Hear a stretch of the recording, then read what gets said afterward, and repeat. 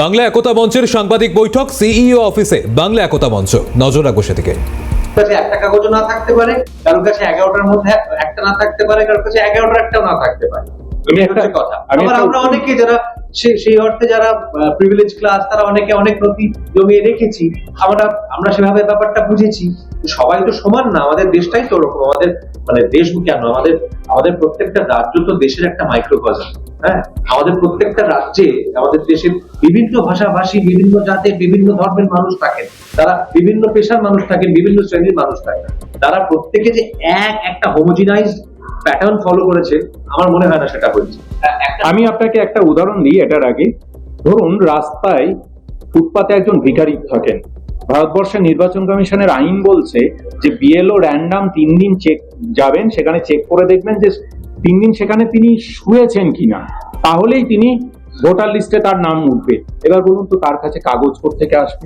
মানুষকে একটা এরকম কাগজ বানিয়ে দেওয়ার যে প্রক্রিয়া, নিশ্চিতভাবে সেটার বিরোধিতা হওয়া উচিত। যে কোনো মানুষকে মানুষ হিসাবেই দেখা উচিত। আগে নাগরিক যারা, তারা তো এই দেশে বহু বছর ধরে আছেন, সুতরাং তাদেরকে হঠাৎ করে কেন নিজেদেরকে একটা কাগজের ইকুইভ্যালেন্ট একটা জায়গায় প্রমাণ করতে হবে? সেই জায়গাটা নিশ্চিতভাবে ভাবার দরকার। একটা বিষয় আছে যে একটা সময় আমরা দেখেছিলাম, আপনারা বলছিলেন যে আপনারা কাগজ দেখাবেন না, আমরা না। এনআরসিসিএ আন্দোলনের সময় একটা স্লোগান হয়েছিল সারা দেশব্যাপী, আমরা মানে হঠাৎ করে আমরা 4 জন উঠে হাত তুলে বলে দিলাম কাগজ দেখাবো। হয়তো আপনিও বলেছিলেন, জানি না। তাহলে এসআইআর আমলে কি কাগজ দেখানোটা বাধ্যতামূলক হয়ে পড়ছে এই মুহূর্তে? মানে যদি কাউকে ভোট দিতে হয়, তাহলে তো সেই কাগজ দেখানোটা তো এখন বাধ্যতামূলক হয়েছে। তো শুধু এসআইআর এর ক্ষেত্রে না, এটা তো বহু সময় থেকে বহু কাগজ দেখানো বাধ্যতামূলক হয়ে পড়ছে আর কি। সেটা সেই সত্যি কথা বলতে কি গত 10-15 বছর ধরে বারবার করে আমরা প্রত্যেকবার শুনেছি যে কিছু না কিছু কাগজ দেখাতে হবে, না দেখালে আমি ব্যাংকের ফ্যাসিলিটি অ্যাভেল করতে পারবো না, আমি নাগরিক থাকবো না, আমি আমার বেসিক কোনো সরকারি জায়গায় কোনো পরিষেবা পাওয়ার জন্য আমাকে বলা হলো একটি বিশেষ জিনিস সেটা করাটা বাধ্যতামূলক। সেটা সবাই মিলে গিয়ে আমরা করলাম লাইন দিয়ে দাঁড়িয়ে। তারপর বলা হলো আরেকটা জিনিস, তারপর আবার বলা হলো না এইটা করতে হবে, যেটা না করলে হবে না। এখন আবার ভোট দিতে গেলে যেটা এসআইআর আপনাকে নাম তুলতে হবে। তো ক্রমাগত আমরা কিছু না কিছু কয়েক বছর অন্তর অন্তর পরীক্ষা দিয়ে যাচ্ছি আর কি, এটা মনে হচ্ছে।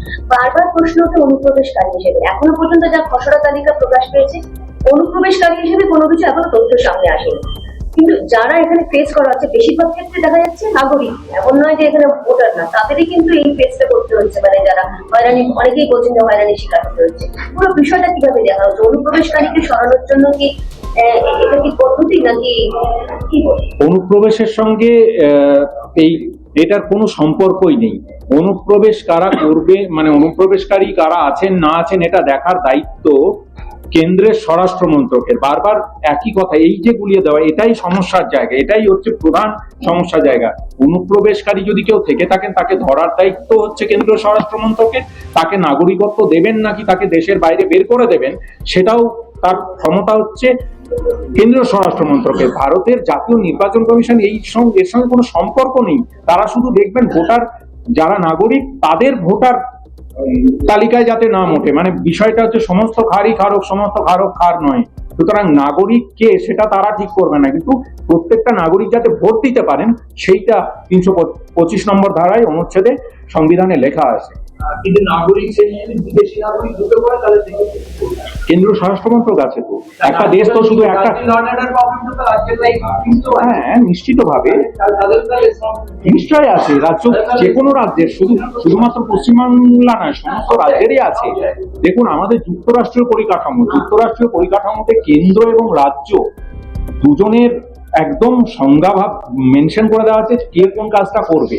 সুতরাং বর্ডার সামলানোর দায়িত্ব হচ্ছে স্বরাষ্ট্র মন্ত্রকের, কেন্দ্রীয় স্বরাষ্ট্র মন্ত্রকের। তারপরে সেখান থেকে ভিতরে যদি ঢুকে আসে, তাহলে কেন্দ্রীয় স্বরাষ্ট্র মন্ত্রকের কেন্দ্রীয় বিভিন্ন সংস্থা আছে, তারাও যেমন সক্রিয় থাকবেন, রাজ্যের পুলিশ প্রশাসন এবং গোয়েন্দা বিভাগ তারাও সক্রিয় থাকবেন। এবং এই যৌথভাবে যদি কাউকে ধরা যায়, তারপরে আবার সেটা কেন্দ্রীয় স্বরাষ্ট্র মন্ত্রকেই যাবে। স্বরাষ্ট্র মন্ত্রক তখন ঠিক করবেন যে তাদেরকে নিয়ে কি করা হবে। এই সম্পূর্ণ অধিকারটা কেন্দ্রীয় স্বরাষ্ট্র মন্ত্রকের।